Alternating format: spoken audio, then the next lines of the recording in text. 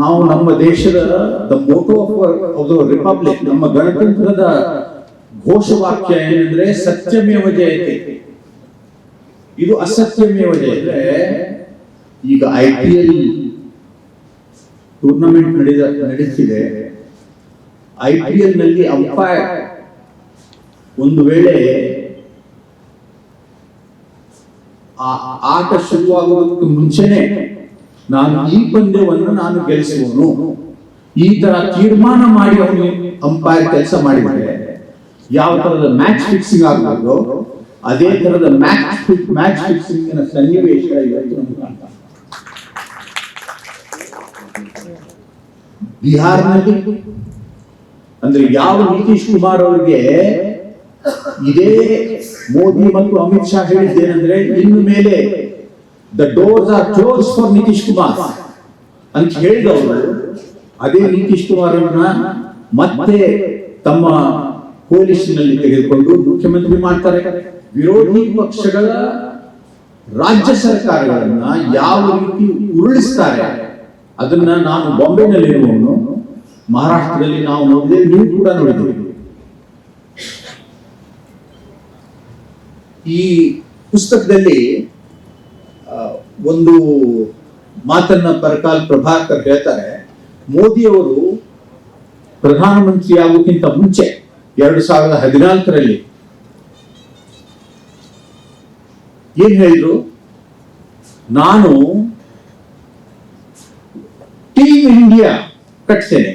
Team India ಅಂದ್ರೆ prime minister plus chief ministers, ಅಂದ್ರೆ ಎಲ್ಲ ಮುಖ್ಯಮಂತ್ರಿಗಳನ್ನು ಜೊತೆಗೆ ತೆಗೆದುಕೊಂಡು ನಮ್ಮ ದೇಶದ ಈ ಫೆಡರಲ್ ಸಿಸ್ಟಮ್ ಅನ್ನ ಗೌರವಿಸಿ ನಾವೆಲ್ಲರೂ ಕೂಡಿ ಹೊಸ ಭಾರತವನ್ನು ಕಟ್ತೇವೆ ಅನ್ನುವಂಥ ಒಂದು ಉದಾತ್ತ ಮಾತನ್ನ ಹೇಳಿದ್ರು. ಆದ್ರೆ ಈಗ ಪರಿಸ್ಥಿತಿ ಏನಿದೆ,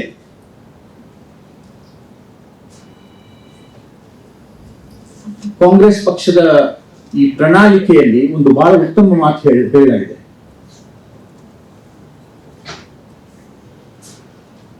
State governments have been reduced to the status of municipalities. ಅಂದ್ರೆ ರಾಜ್ಯ ಸರ್ಕಾರಗಳಿಗೆ ಯಾವುದೇ ಗೌರವ ಇಲ್ಲ, ಯಾವುದೇ ಅಧಿಕಾರ ಇಲ್ಲ, ವಿಶೇಷವಾಗಿ ವಿರೋಧಿ ಪಕ್ಷಗಳ ರಾಜ್ಯ ಸರ್ಕಾರಗಳು. Center-state relations have never been as disharmonious as they are today.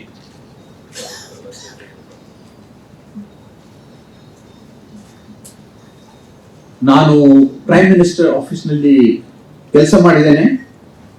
ಆಗ ನಿಯಮಿತವಾಗಿ ಪ್ರಧಾನಮಂತ್ರಿಗಳು ಮುಖ್ಯಮಂತ್ರಿಗಳ ಸಮ್ಮೇಳನಗಳನ್ನ ಕರೀತಾ ಇದ್ರು. National development council, NDC, inter state council, ಮತ್ತೆ ಚೀಫ್ ಮಿನಿಸ್ಟರ್ಸ್ ಕಾನ್ಫರೆನ್ಸಸ್. ಬಿಜೆಪಿ ಮುಖ್ಯಮಂತ್ರಿಗಳೇ ಇರಲಿ, ವಿರೋಧಿ ಪಕ್ಷಗಳ ಮುಖ್ಯಮಂತ್ರಿಗಳೇ ಇರಲಿ, ಎಲ್ಲರನ್ನೂ ಕರೆದು ಅವರ ಸೂಚನೆಗಳನ್ನ, ಸಜೆಷನ್ಸ್, ಐಡಿಯಾಸ್ ತೆಗೆದುಕೊಂಡು ಹೋಗುವ ಒಂದು ಆರೋಗ್ಯಕರವಾದಂತಹ ಕಾರ್ಯಪ್ರಣಾಳಿ ವಾಜಪೇಯಿ ಅವರು ನಡೆಸಿದರು. ಈಗ there is no National Development Council, there is no Interstate Council, and there are no Chief Ministers Conferences.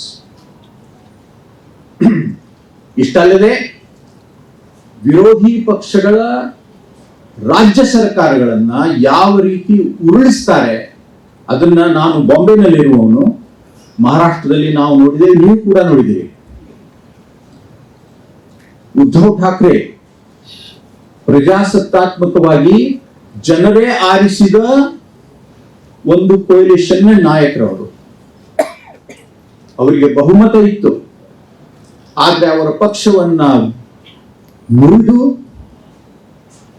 ಆ ಪಕ್ಷದ MLAಗಳನ್ನ they were taken away like animals to Guwahati. ಆ ಕುತಂತ್ರ ಮಾಡಿ ಆ ಸರ್ಕಾರವನ್ನು ಉರುಳಿಸಿದರು. ಆದ್ರೆ ಅಷ್ಟಕ್ಕೆ ಅವರು ತೃಪ್ತರಾಗಲಿಲ್ಲ. ನಂತರ ನ್ಯಾಷನಲಿಸ್ಟ್ ಕಾಂಗ್ರೆಸ್ ಪಾರ್ಟಿ, ಶರದ್ ಪವಾರ್ ಅವರ ಪಾರ್ಟಿಯನ್ನು ಕೂಡ ಹೊಡೆದರು. ಅಂದ್ರೆ ಇದು ಪ್ರಜಾಪ್ರಭುತ್ವವೇ.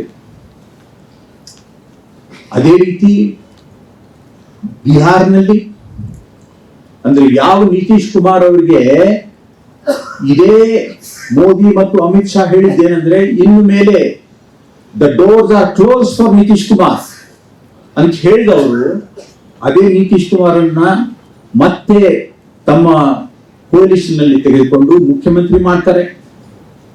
ಇದು ಯಾವ ನ್ಯಾಯ? ಇದು ಯಾವ ಪ್ರಜಾಪ್ರಭುತ್ವ? ಇಷ್ಟಲ್ಲದೆ ತಮ್ಮನ್ನ ವಿರೋಧಿಸುವವರೆಲ್ಲರೂ ದೇಶದ್ರೋಹಿಗಳು. ಈ ತರದ ಪರಿಸ್ಥಿತಿ ಎಮರ್ಜೆನ್ಸಿಯಲ್ಲಿ ಕೂಡ ಇರಲಿಲ್ಲ. ಇಂದಿರಾ ಗಾಂಧಿ ಅವರಾಗ್ಲಿ ಅಥವಾ ಆಗಿನ ಕಾಂಗ್ರೆಸ್ನವರಾಗ್ಲಿ ಜಯಪ್ರಕಾಶ್ ನಾರಾಯಣ್ ಅವರಿಗೆ, ವಾಜಪೇಯಿ, ಅಡ್ವಾಣಿ ಅವರಿಗೆ ದೇಶದ್ರೋಹಿಗಳು ಅಂತ ಅನ್ನಲಿಲ್ಲ. ಇವತ್ತು ಸಾಮಾನ್ಯವಾಗಿ it's become a habit. Anyone who criticises the government becomes anti national. CBI, ED, income tax ಇವುಗಳ ದುರುಪಯೋಗ ನೋಡಿ ಮಿತ್ರರೇ. ಇವತ್ತು ಚುನಾವಣೆ ನಡೀತಾರೆ, ಆದ್ರೆ ಈ ಚುನಾವಣೆ ಸಮಯದಲ್ಲಿ 2 ರಾಜ್ಯಗಳ ಮುಖ್ಯಮಂತ್ರಿಗಳು ಜೈಲಿನಲ್ಲಿದ್ದಾರೆ. ಇದಕ್ಕಿಂತ ಮೊದಲು ಯಾವಾಗಲೂ ಇದು ಆಗಿರಲಿಲ್ಲ. 2ನೇ ಮುಖ್ಯಮಂತ್ರಿ ದಿಲ್ಲಿ ಮುಖ್ಯಮಂತ್ರಿ ಕೇಜ್ರಿವಾಲ್ ಅವರನ್ನ ಚುನಾವಣೆ ಘೋಷಣೆ ಆದ ನಂತರ ಜೈಲಿಗೆ ಹಾಕಿದ್ದಾರೆ. ಅಂದ್ರೆ ಈಗ IPL ಟೂರ್ನಮೆಂಟ್ ನಡೀತಿದೆ. IPL ನಲ್ಲಿ ಅಂಪೈರ್ ಒಂದು ವೇಳೆ ಆ ಆಟ ಶುರುವಾಗುವುದಕ್ಕೆ ಮುಂಚೆನೆ ನಾನು ಈ ಪಂದ್ಯವನ್ನು ನಾನು ಗೆಲ್ಲಿಸುವನು ಈ ತರ ತೀರ್ಮಾನ ಮಾಡಿ ಅವನಿಗೆ ಅಂಪೈರ್ ಕೆಲಸ ಮಾಡಿದ್ರೆ ಯಾವ ತರದ ಮ್ಯಾಚ್ ಫಿಕ್ಸಿಂಗ್ ಆಗ್ಬಹುದು, ಅದೇ ತರದ ಮ್ಯಾಚ್ ಫಿಕ್ಸಿಂಗ್ ಸನ್ನಿವೇಶ ಇವತ್ತು ನಮಗೆ ಕಾಣ್ತದೆ.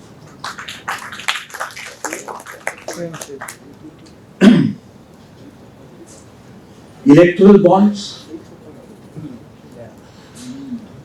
ಸುಪ್ರೀಂ ಕೋರ್ಟ್ ಅವರು ಈ ನಿರ್ಣಯ ಕೊಟ್ಟಿದ್ದೆ ಹೋಗಿದ್ರೆ ಈ ಇಲೆಕ್ಷನ್ ಬಾಂಡ್ಸ್ ನ ಸತ್ಯ ಜನರಿಗೆ ತಿಳಿತಾ ಇರಲಿಲ್ಲ. ನೋಡಿ, 1 ವರ್ಷದ ಹಿಂದೆ ಇದೇ ಸರ್ಕಾರದ ವಕೀಲರು ಸುಪ್ರೀಂ ಕೋರ್ಟ್ ನಲ್ಲಿ ಹೇಳಿದ್ದೇನು ಗೊತ್ತಾ? Citizens of India have no right to know who has donated, how much has been donated, to whom it has been donated. ಅಂದ್ರೆ ನಾಗರಿಕರಿಗೆ ಈ ಪ್ರಜಾಪ್ರಭುತ್ವದಲ್ಲಿ ಪ್ರಜೆಗಳಿಗೆ ಈ ಹಕ್ಕಿಲ್ಲ. ಇದನ್ನು ಹೇಳಿದವರು ಯಾರು? ಸರ್ಕಾರದವರು, ಸುಪ್ರೀಂ ಕೋರ್ಟ್ ನಲ್ಲಿ. ಆದ್ರೆ ನಂತರ ಸುಪ್ರೀಂ ಕೋರ್ಟಿನ ಈ ನಿರ್ಣಯ ಆದ ಮೇಲೆ, ಎಲ್ಲವೂ ಬಹಿರಂಗವಾದ ಮೇಲೆ ಮೊನ್ನೆ ಪ್ರಧಾನಮಂತ್ರಿಯವರು ಒಂದು ತಮಿಳಿನ ಟಿವಿ ಚಾನೆಲ್ಗೆ ಒಂದು ಇಂಟರ್ವ್ಯೂ ಕೊಡ್ತಾರೆ. ಆ ಇಂಟರ್ವ್ಯೂ ನಲ್ಲಿ ಏನ್ ಹೇಳ್ತಾರೆ ನೋಡಿ, ಈ ಇಲೆಕ್ಟ್ರಲ್ ಬಾಂಡ್ಸ್ ಎಷ್ಟು ಪಾರದರ್ಶಿ, ಎಷ್ಟು ಟ್ರಾನ್ಸ್ಪರೆಂಟ್. ನಾವು ಇದನ್ನು ಯಾಕೆ ತಂದಿದ್ದೇವೆ ಅಂದ್ರೆ ಜನರಿಗೆ ಗೊತ್ತಾಗಬೇಕು ಯಾರು ಯಾರಿಗೆ ಎಷ್ಟು ಕೊಟ್ಟಿದ್ದಾರೆ. ಪ್ರಧಾನಮಂತ್ರಿಯವರು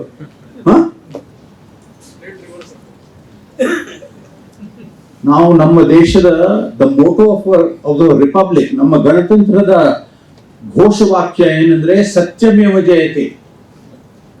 ಇದು ಅಸತ್ಯಮೇವ ಜಯತೆ. ಆದ್ರಿಂದ ಇವತ್ತು ನಮ್ಮ ದೇಶದ ಪ್ರಜಾಪ್ರಭುತ್ವ ಈ ಹಂತಕ್ಕೆ ಬಂದು ನಿಂತಿದೆ. ಈ ಸಂದರ್ಭದಲ್ಲಿ ಚುನಾವಣೆಗಳು ನಡೀತಾ ಇವೆ ಮತ್ತು ಈ ಸಂದರ್ಭದಲ್ಲಿ ಈ ಪುಸ್ತಕದ ಬಿಡುಗಡೆ ಆಗಿದೆ. ಇಂಗ್ಲಿಷ್ ನಲ್ಲಂತೂ ಇದರ ಬಗ್ಗೆ ಸಾಕಷ್ಟು ಚರ್ಚೆ ನಡೆದಿದೆ. ಕರ್ನಾಟಕದಲ್ಲಿಯೂ ಕೂಡ ವ್ಯಾಪಕವಾದ ಚರ್ಚೆ ನಡೀಬೇಕು. ಈ ಚುನಾವಣೆಯಲ್ಲಿ ಪ್ರಜಾತಂತ್ರ ಉಳಿಯಬೇಕಾದ್ರೆ, if our republic has to survive, the first requirement is that we must have free and fair elections. ಆದರೆ ಮೊದಲನೇ ಬಾರಿ ಇದು 18ನೇ ಲೋಕಸಭಾ ಚುನಾವಣೆ, ಮೊದಲನೇ ಸಲ ಈ ಚುನಾವಣೆ ಫ್ರೀ ಅಂಡ್ ಫೇರ್ ಇರುತ್ತದೆಯೋ ಇಲ್ವೋ ಈ ಒಂದು ಸಂಶಯ ಮೂಡಿದೆ. ಇವಿಎಂ ನಲ್ಲಿ ಏನಾದರೂ ಗೊಂದಲ ಆಗ್ತದೆಯೋ, ಈ ವಿಷಯ ಈಗ ಸುಪ್ರೀಂ ಕೋರ್ಟ್ ನಲ್ಲಿ ಬರ್ತಾ ಇದೆ 16ನೇ April. Let's hope that the Supreme Court gives the right decision. ಚುನಾವಣೆಯಲ್ಲಿ ಯಾರಿಗೆ ಬಹುಮತ ಬೇಕು, ಯಾರಿಗೆ ಬಹುಮತ ಬೇಡ, ಇದನ್ನ ನಿರ್ಧರಿಸುವವರು ಜನ. The voters ultimately decide. Let them decide.